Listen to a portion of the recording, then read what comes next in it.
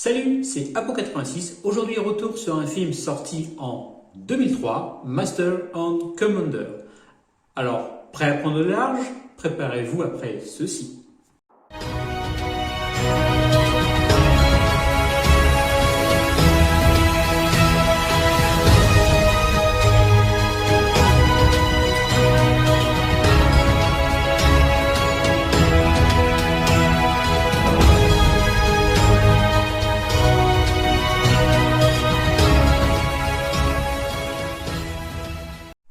Master and Commanders est un film réalisé par Peter Weir, à qui on doit entre autres Le Cercle des Poètes Disparus, The Truman Show et Les Chemins de la Liberté.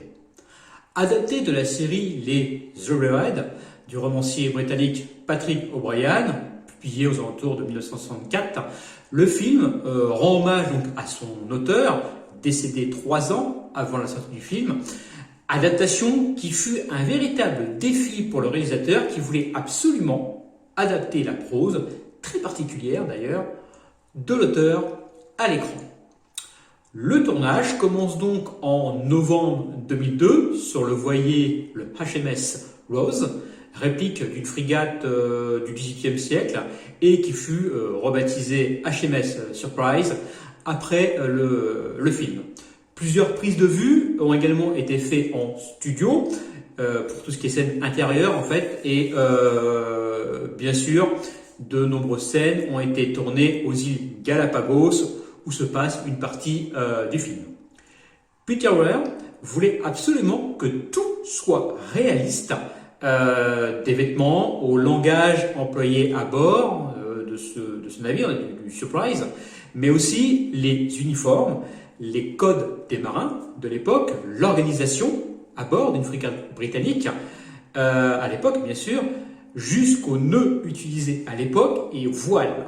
Des experts, quand ils ont vu le film, ont même dit, après visualisation, qu'on se croirait vraiment à bord d'un bateau de l'époque. C'est pour dire le détail de réalisme qu'il peut y avoir dans ce film.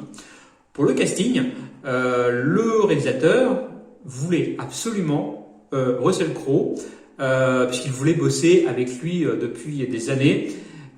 Au départ, Russell Crowe a été très sceptique sur le scénario. Il a donc demandé de faire quelques ajustements et pour accepter le rôle. Le réalisateur, pour les autres rôles, voulait absolument des gueules de l'époque. Et je cite, « des gens qui n'ont pas ces sourires des magazines, sans âme et ou ces expressions cyniques et désabusées ». 7000 acteurs seront donc castés et 130 retenus de plusieurs nationalités différentes pour incarner l'équipage du HMS Surprise. 150 millions de dollars seront donc mis sur la table pour le tonnage colossal de ce film. Mais Master and Commander, ça raconte quoi, vous allez me le dire? Alors l'histoire se passe en 1650.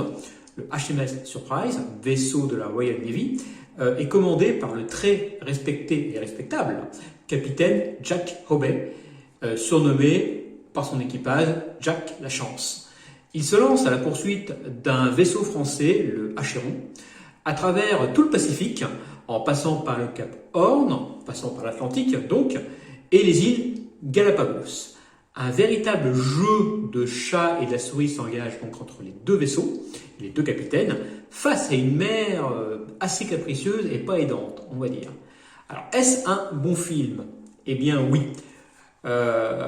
C'est vraiment un cinéma intimiste que nous sert ici Peter Weir, réaliste plein d'aventures, enfin, réaliste, le film plutôt est réaliste et plein d'aventures. Ils sont l'embrun et le grand large. Pour faire un parallèle à ce film, dans le film Parasite, dont je vous ai parlé récemment dans une critique à chaud, le réalisateur a su transcender les odeurs, alors qu'on n'est pas en odorama. On sent les odeurs par rapport aux descriptions qu'il y a dans le film, et ben là c'est pareil. On sent les odeurs des marins, ça sent la sueur, ça sent le sel, ça sent la moisissure des cales dans ce film. On se sent vraiment à bord d'un bateau. Tout simplement. Son détail nous transporte littéralement, comme je viens de vous dire, à bord des navires de l'époque.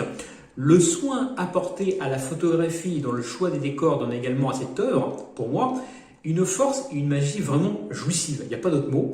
Mais attention, le film n'est pas qu'une histoire de marins, c'est aussi une belle histoire d'amitié entre deux hommes que tout oppose, Jack et le naturisme du bateau.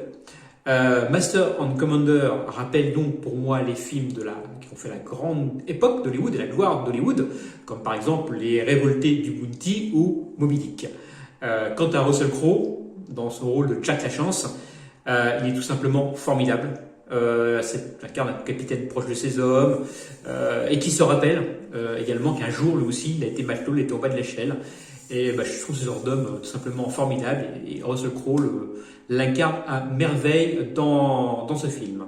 Les autres acteurs sont également parfaits, hein, notamment les jeunes acteurs qui incarnent les mousses et les cadets à bord, ils sont parfaitement parfaits. J'ai pas retenu leur nom, mais ils jouent vraiment à la perfection. Bref, vous l'aurez compris, Master and Commander offre un vrai et beau spectacle cinématographique et moi je ne peux que vous recommander ce film.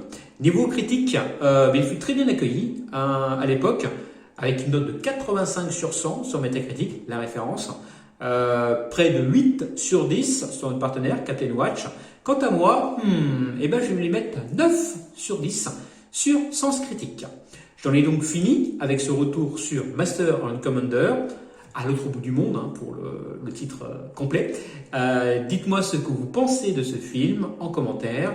Moi, je vous dis à plus et surtout, gardez l'esprit critique. Salut!